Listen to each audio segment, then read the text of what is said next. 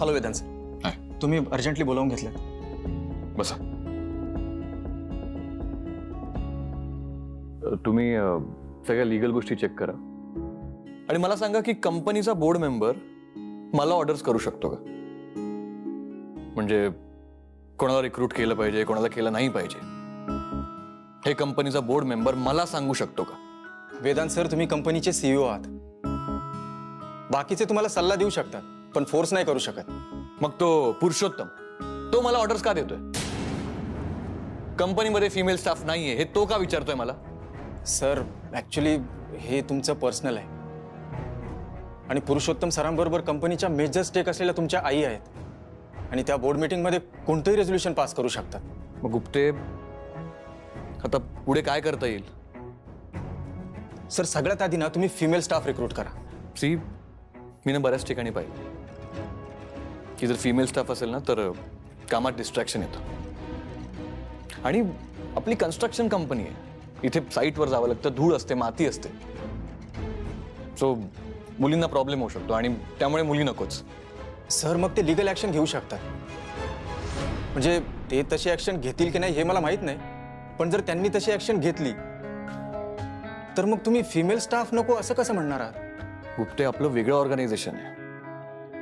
मी म्हणतो ना, construction company आहे, धूळ असते, माती असते, मुलींना नाही जमणार हे काम.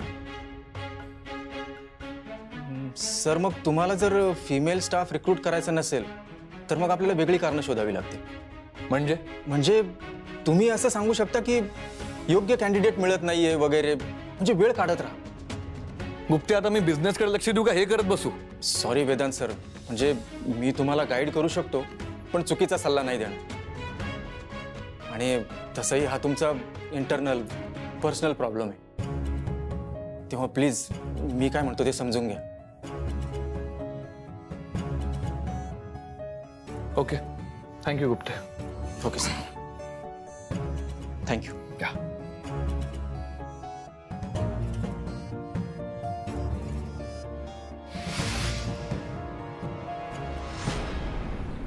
आता मी जे सांगतोय ते सगळ्यांनी लक्ष देऊन ऐका. त्या पुरुषोत्तमला कोण कोण ओळखतं? मी ओळखते. सर, ते ऑफिसला येतात म्हणून आम्ही ओळखतो त्यांना. माझा आणि त्यांचा जास्त परिचय नाहीये. ओके, सो इथून पुढे या कंपनीची एकही इन्फॉर्मेशन मला विचारल्याशिवाय बाहेर जाता कामा नये, कळलं? म्हणजे आपण टेंडर्स कुठे भरले आहेत, कोणाचं कोटेशन किती आहे, या सगळ्या इन्फॉर्मेशन कंपनीच्या बाहेर गेल्या नाही पाहिजेत. Is it clear? सर, पण मला माहिती आहे, ही इन्फॉर्मेशन कोण विचारत असेल. सो तुम्ही सगळ्यांनी त्या पुरुषोत्तमचा नंबर सेव्ह करून ठेवायचा आणि जर त्याचा फोन आला तर नाही उचलायचा. सर, ते ऑफिसमध्ये सुद्धा येतात, तर त्यांनी इथे येऊन विचारलं की फोन का नाही घेतला तर काय सांगायचं? तो जर समोर आला ना तर त्याला म्हणावं की मी बिझी होतो आणि मला नाही जमत. आणि जर त्याने समोर येऊन जरी इन्फॉर्मेशन विचारली ना तरी ती त्याला द्यायची नाही. आणि जर एवढं सगळं सांगून सुद्धा ही इन्फॉर्मेशन चुकून कंपनीच्या बाहेर गेली तर एक गोष्ट लक्षात ठेवायची, जो ही इन्फॉर्मेशन लीक करेल तो कंपनीच्या बाहेर जाईल.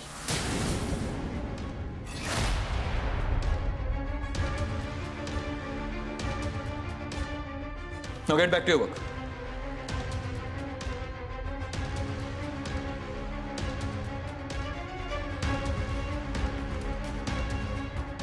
दादा, काय झालंय? काही सिरियस प्रकरण आहे का? आईची कृपा, अजून काय? दादा, पुरुषोत्तम बाबांचा असिस्टंट होता ना रे? हो, आई म्हणते की तो बाबांसाठी जेलमध्ये गेला होता. मला कळत नाहीये नेमकं तो बाबांसाठी जेलमध्ये गेला होता का त्याच्यामुळे बाबा गेले.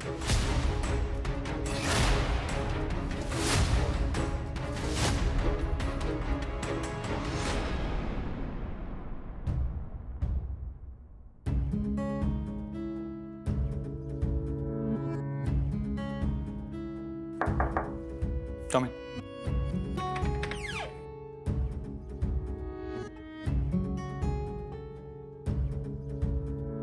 आज पण अपसेट आहेस? काय करू कळत नाहीये ग मला. तुला माहिती मला माझ्या बिझनेसची वाट लागताना दिसते. आणि ही कंपनी मी कष्टाने उभी केलीस आणि ही फॅक्ट कोणीही बदलू नाही शकत. तू मगाशी म्हणालास की नूतन काकू सगळं पुरुषोत्तम काकांचं ऐकून करतात. हो. पण मला नाही वाटत रे ते असं करतील. अमूल्य, माझ्या आईला मी जास्त ओळखतो की तू? अरे ऑफकोर्स तू जास्त ओळखतोस, पण कोणतीही आई आपल्या मुलाशी असं ठरवून का वागेल? खरं तर पुरुषोत्तम काकांबद्दल माझं मत आधी खूप चांगलं होतं. सगळ्या गोष्टी दिसतात तशा नसतात. तू मगाशी तुझ्या बाबांच्या आणि पुरुषोत्तम काकांच्या पास्ट बद्दल बोललास, पण वेदांत, जे काही झालं असेल ते कोणालाच माहिती नसेल. मला काय वाटतं, आपण आहे ना पुरुषोत्तम काकांच्या पास्ट बद्दल शोध लावला पाहिजे. आय एम शुअर आपल्याला नक्की काहीतरी मिळेल. Actually it's a good idea. पण त्यांच्या पास्ट बद्दल कसा शोध काढणार आपण? मी अण्णांना विचारेन. म्हणजे अण्णा पुरुषोत्तम काकांना आधीपासून ओळखतात ना, ते कॉलेजमध्ये एकत्र होते. ओके. आणि तू सुद्धा DCP शिंदेंना विचारू शकतोस, माहिती काढू शकतोस. आपल्याला फक्त एवढं माहिती आहे की पुरुषोत्तम काकांचं क्रिमिनल बॅकग्राऊंड, पण नेमकं काय झालं होतं ना ह्याचा आपण शोध घेतला पाहिजे. हे माझ्या लक्षातच नाही आलं.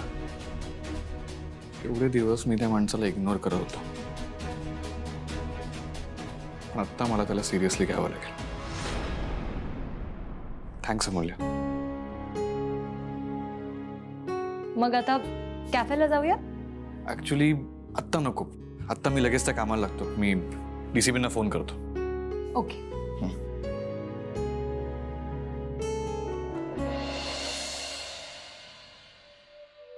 तर सगळ्यांची जेवणं व्यवस्थित झाली आहेत ना? हो हो. बघ काय मला जरा बोलायचं. आता काय झालं? तुला आठवतंय नूतन, तू एक वचन दिलं होतंस की वेदांत जर का साखरपुडा करायला तयार झाला तर तू विक्रांत आणि आरतीचं लग्न लावून देशील.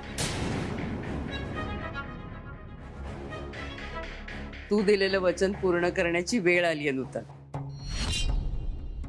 जी थांब ना, मी बोलतेय ना. अगं पण गप्प बसता बोलू दे मला. वेदांत साखरपुडा करायला तयार झालाय म्हणजे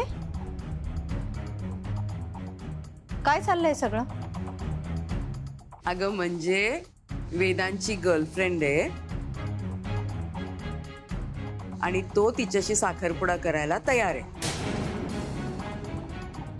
दादा थँक्यू आणि कॉंग्रॅच्युलेशन्स. वेदांत तुझी गर्लफ्रेंड आहे? मला आधी का नाही सांगितलं? वेदांत, अरे काय नाव आहे तिचं? अरे काय विचारते, बोल ना. नाव काय आहे तिचं? अमूल्य.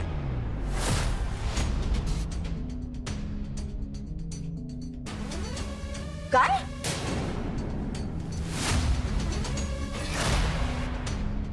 अगं हो. हे बघ नूतन, दोघांचं ना एकमेकांवर खरंच खूप प्रेम आहे ग मनापासून. मला काय वाटतं, आता तू तुझं दिलेलं वचन पूर्ण कर आणि विक्रांत आणि आरतीचं लग्न लावून दे. जास्ती नको उशीर करायला. आपल्या घरामध्ये प्रत्येक जण स्वतःच्या मर्जीचे राजे आहेत. आई, प्रत्येक जण आपल्याला मनात येईल तसं वागत असतो. माझ्या मुलांना तर काय, माझी किंमत नाहीच आहे.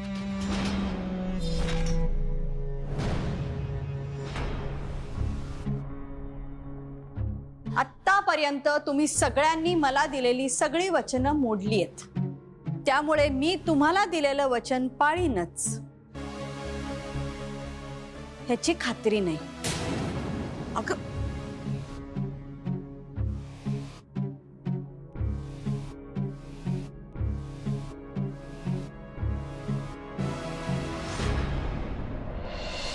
बरं मुलींनो, उद्या डब्यात काय हवंय? काहीही चालेल. काहीही काय काय ग? माँ का प्यार. अगो बाई. असं जर का प्रेमाने पोट भरायला लागलं तर मग काय बघायलाच नको. नाही पण म्हणजे खरं सांगतो, म्हणजे बाकीच्यांचं मला माहित नाही, पण सुमनच्या हातच्या जेवणाने ना पोट तर भरतच, पण मन सुद्धा भरत. काय हो तुमचं? अरे खरं सांगतो, खोट वाटत. जाऊ दे बाई, तुम्ही सुद्धा ना मुलींना सामील असता. दृष्ट लागायला नको या जोडीला. बरोबर. सांगायचं राहून जाईल, रविवारी मला जर घरी यायला उशीर होईल. ते पोलीस डिपार्टमेंटकडनं ते आरोग्य शिबिर आहे, तिकडे जाणार आहे. अण्णा, एक विचारायचं होतं. काय ग? मला सांगा, आपले पुरुषोत्तम काका आहेत ना, त्यांचा भूतकाळ नेमका काय आहे? म्हणजे आधी जेलमध्ये होते ना ते. आपण काय हे म्हणजे असं अचानक का विचारतेस एकदम? मी तुम्हाला मागे सांगितलं ना की ते आता आमच्या कंपनीच्या बोर्ड ऑफ डिरेक्टर्स मध्ये आहेत. अण्णा हो, ते कधी ऑफिसला येतात, वेदांतला बिझनेस बद्दल वाटेल ते प्रश्न विचारतात. मग काय वेदांतला अजिबात आवडत नाही त्यांचं हे वागणं. त्याची सारखी चिडचिड होत असते. मला वाटलं नव्हतं पुरू हा असं काही वागेल. बघा ना अण्णा, म्हणजे कंपनी वेदांची उभी वेदांतने केली आणि आता हे उगाच येऊन कंपनीचं वातावरण बिघडवतात. मला तर वाटतंय की नूतन काकूंनीच त्यांना अपॉइंट केलंय ना कंपनीत. मग कदाचित त्याच त्यांना सांगत असतील आणि पुरुषोत्तम काका तसं वागत असतील. अगो बाई, नूतन ताई काही करू शकतात. नाही पण अमूल्य, म्हणजे या पुरूच्या भूतकाळाविषयी मला तशी फारशी काही माहिती नाही आहे, पण शोधून काढू शकतो आपण. कारण मला जेवढं माहिती आहे त्याप्रमाणे कॉलेजमधनं बाहेर पडल्यानंतर तो काय राजकारणातच गेला. मग तिथल्या कामात बराच व्यस्त होता तो. आणि मग अचानक एक दिवस बातमी झाली तो जेलमध्ये आहे. पण काढू आपण त्याच्याविषयीची माहिती, शोधून काढू आपण. पोलीस डिपार्टमेंटला काही ओळखीची मंडळी आहेत माझ्या, त्यांच्याकडनं काढू माहिती आपण. काळजी नको करूस. थँक्यू अण्णा. ह्या माहितीची ना वेदांतला नक्कीच मदत होईल. त्याची अवस्था ना कधी कधी बघवत नाही. प्रकरण एवढं चिघळलंय. हो ना ग. त्यामुळे पुरुषोत्तम काकांचा भूतकाळ कळायलाच हवा, जेणेकरून ते ज्या अधिकाराने ऑर्डर सोडताय, अरे रावीची भाषा करताय, त्या मागे नक्की काय गडबड आहे ना ते तरी कळेल. अजी, आईशी काही बोलणं झालं का काल रात्री नंतर? नाही रे, काहीच नाही. दादा, काय करायचं आता? मला काहीच कळत नाहीये. म्हणजे बघ ना, आईनेच वचन दिलं होतं आणि तर आईच असं वागते. वेदांत, विक्रांत, तुम्ही दोघं जरा शांत व्हा बरं. अरे तिला थोडा वेळ द्या ना, तिला थोडं शांत होऊ देत आधी. हं? आई, तू बॅग घेऊन कुठे जातेस? दौरा आहे का ग परत? आई, हा? आई, अगं आई, कुठे जातेस? सांग ना. वेदांत बाजूला हो, मला जाऊ दे. आधी तू सांग, बॅग घेऊन कुठे जातेस? ज्या घरात माझ्या शब्दाला किंमत नाही, ज्या घरात माझी मुलं माझं ऐकत नाहीत, तिथे मला राहायचं नाही. नूतन, आई, माझा निर्णय बदलणार नाहीये. आई, तू घर सोडून जातेस? आई, अगं मी जेव्हा निघालो होतो तेव्हा तू मला जाऊ नाही दिलंस ना. आणि हे घर तुझं आहे ना आई. हवं तर मी जातो, पण तू थांब प्लीज. काही गरज नाहीये. तू पैसा कमवतोयस ना, तू हे घर चालवतोयस, तू आम्हाला पोसतोयस असं वाटतं ना तुला? आणि तसंही जुन्या घरात राहतच होतो आपण. हे घर तुझं आहे ना, मग तू इथे राहा, मी चालले. काय वेडेपणा आहे हा नूतन? आई तू तू कुठेही जाणार नाहीयेस. वेदांत, तुला एकदा सांगितलेलं कळत नाहीये का? बाजूला हो. आई प्लीज नको ना असं करूस. तू तर गप्पच बस, एक शब्द बोलू नकोस. इतकं सगळं झालं तरी सुद्धा तुला आरतीशीच लग्न करायचंय ना? जा, कर लग्न तिच्याशी. आणि दोघही जण एक गोष्ट लक्षात ठेवा, तुमची आई तुमच्यासाठी मेली असं समजा.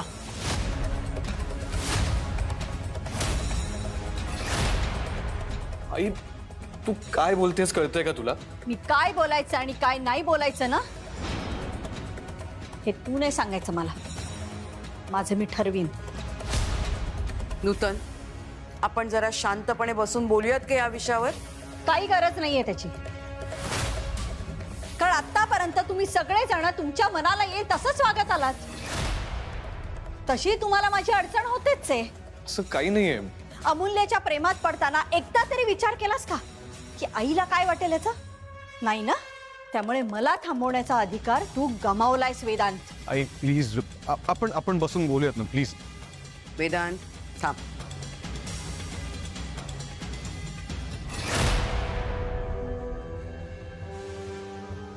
अमूल्या बरोबर बोलत होते. आई जर विक्रांत आणि आरतीच्या लग्नासाठी नाही म्हणाली तर काय? दादा मी आरतीशिवाय नाही राहू शकत. गप्प बस. वेदांत शांत हो आणि नकारे चिडू एकमेकांवर. बघ नाही कसं वागते. अमूल्य माझी गर्लफ्रेंड आहे ना, हे तिला अजिबात नाही आवडलं. हे बघ, मी घेईन ना सगळं सांभाळून. हा, आणि तुम्ही दोघं जण असं समजा की तुमच्या आजीकडे जादूची छडी आहे. हे बघ बाळा, तू जे ठरवलंयस ना त्याप्रमाणे पुढे जा. अमूल्य आणि आरती खरंच खूप चांगल्या मुली आहेत रे. त्या दोघी लक्ष्मीच्या पावलांनी या घरात सुना म्हणून यायला हव्यात. त्या दोघी जणी जर का तुमच्या आयुष्यात आल्या ना, तर तुमच्या दोघांचं आयुष्य खरंच खूप सुखी होईल. नूतनला कसं तयार करायचं ना ते मी बघते. माझी मुलगी आहे ती. तिला आता कसं सरळ करायचं ना ते मी बघतेच. सॉरी, थोडा लेट झाला. काय झालं, तू इतक्या अर्जंटली फोन केलास?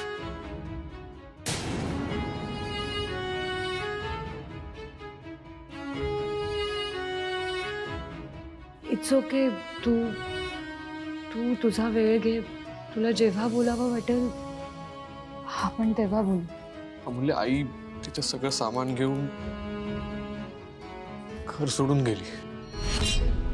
अरे पण का?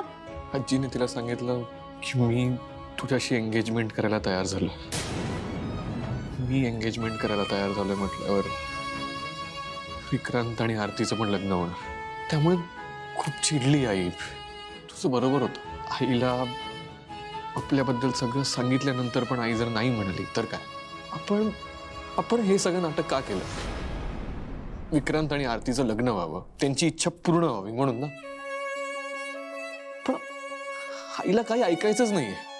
अमूल्य मला नाही कळते मी काय करू. मला काही सुचत नाहीये. मी वेदांत शांत हो.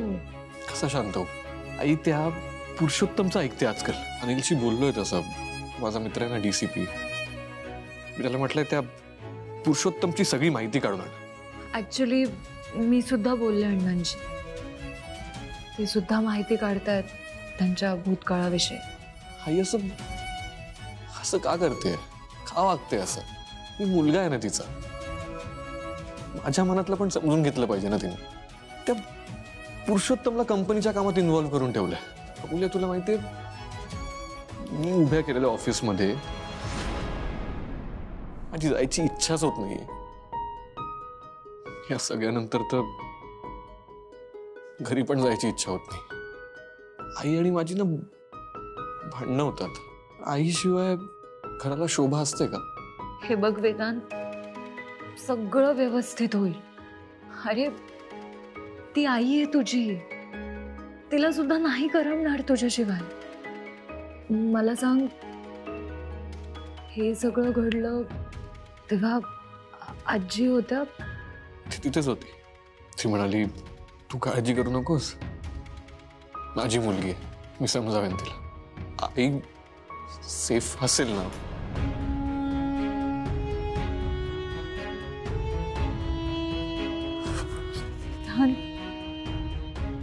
शांत हो.